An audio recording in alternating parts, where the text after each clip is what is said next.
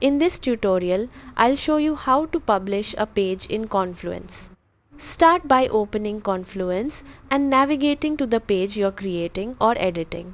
If you're working on a new page, enter your title and add the content you want to publish.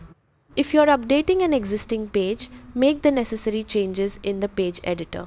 Take a moment to review your content, including text, images, tables, links, and formatting to make sure everything looks correct.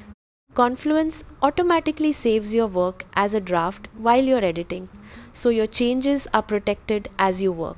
Before publishing, verify that the page is located in the correct section of your space and that the content is ready to be shared. You may also review page permissions if you need to control who can view or edit the page. Once you're satisfied with the content, look for the Publish button in the top right corner of the editor.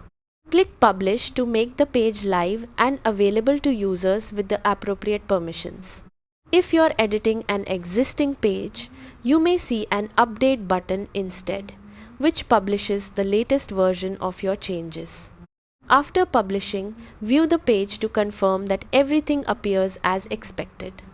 Your page is now live and ready to be shared with your team. And that's it! You've successfully published a page in Confluence. Thanks for watching, and I'll see you in the next tutorial.